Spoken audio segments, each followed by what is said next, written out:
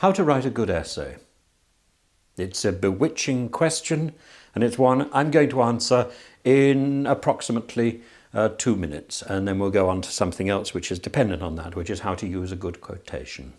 An essay is about a presentation of not only your ideas, but also the ideas that you've acquired which prove that you understand the subject. When we're thinking about the essay, we're particularly thinking about these brief essays which we write in examinations, which are going to last, 3/4 of an hour. But the same principles will also work by extension, simply by expanding what here we're going to refer to as paragraphs. So an essay is made up of a series of units, let's say 5 units. We're going to write them down, 1, 2, 3, 4, 5, and we might call these paragraphs. Unit 1 would be the introduction, and Unit 5 would be the conclusion. Units 2 and 3, paragraphs 2 and 3, are those paragraphs where you are going to demonstrate to the reader that you know what you're talking about. These paragraphs need to establish that everything is balanced. So, for example, in an argumentative essay, maybe paragraph 2 would be the reasons for the proposition, and paragraph 3 would be the reasons against the proposition. But there's a certain leeway here. Maybe paragraph 2 would be your main reasons for and your main reasons against, and paragraph 3 would be your subsidiary reasons for and against. Now, there is only one way to write an essay, and that is to plan it. And the plan, the important bit of the plan, is not necessarily about everything that is in the essay. I've seen some plans where people have written so much, they might just well have written the essay anyway. The plan is about what you don't say, about what you're not going to say at the beginning. The plan is about getting your main ideas, your best ideas on paper, and then saving them for the crunch. Paragraph 4. Paragraph 4 is where you establish very clearly that maybe some of the points in paragraphs 2 or 3 are not points you agree with. You also maybe add your own special bit of information, and it's that bit of information which is so important, which is so vital to your essay, and which is vital to your getting the good mark at the end.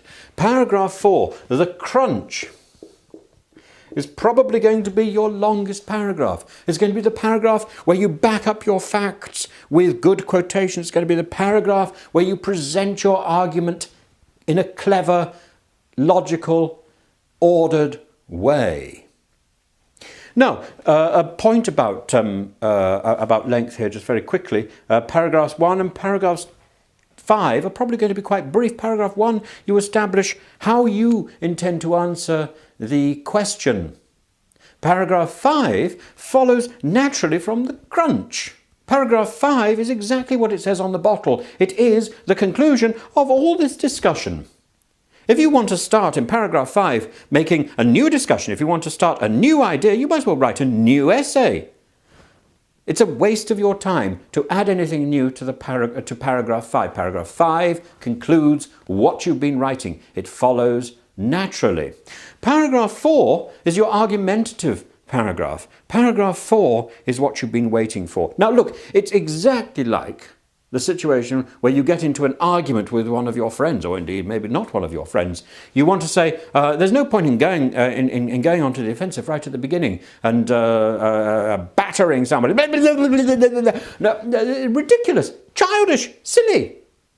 You listen very politely to what somebody else has got to say. Oh yes, I understand. And you reason with them how clever your points are, how wise is your position. But paragraph 4, 1, 2, 3 reasons why your position is wrong, and bang!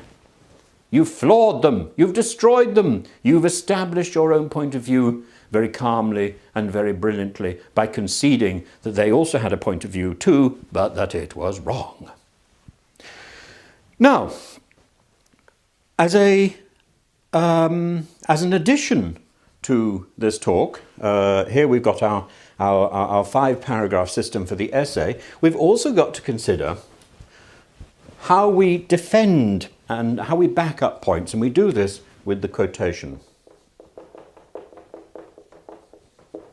Now, the quotation is something which has been routinely misused in the past. Today, we are told that we must not plagiarize.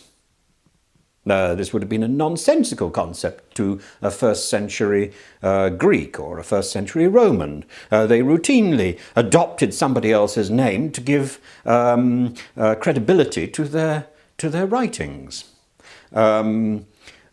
This is something that we're not allowed to do. We're also supposed to attribute our quotations. We're supposed to tell people where we got them from. Now, that's the legal business out of the way. What you've got to do is to use a quotation in a clever way. Now, imagine you've got 6 brilliant quotations. You've got 35 or 40 minutes in which to write your essay. You're probably not going to have time to use all 6 of those quotations.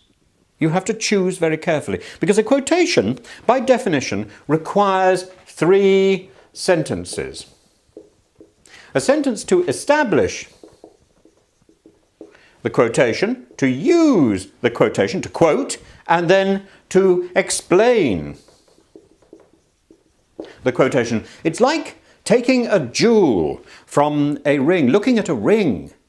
And you look at the ring and you think, oh gosh, what a wonderful ring, how bright and glistening it is, how sparkly it is. And then you take the jewel out of the ring, if you're a jeweler, and you look at that again and you can turn it round and you can see it by many different facets. Well, in your essay, you're only interested in 1 or 2 facets. You're not interested in the whole thing. So you have to apply your quotation. You have to apply that jewel, put it back into its setting in the ring.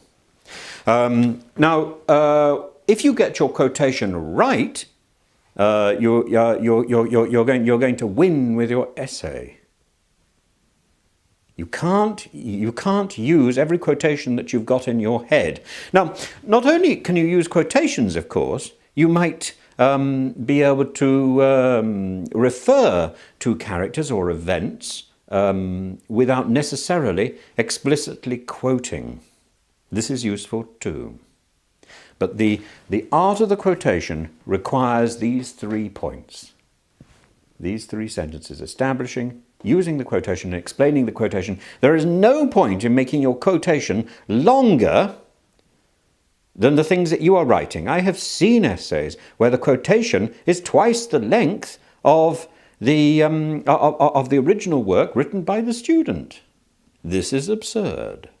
Your quotation should be brief and ad rem, to the point. If you follow these steps, you will write a brilliant essay. There is no question.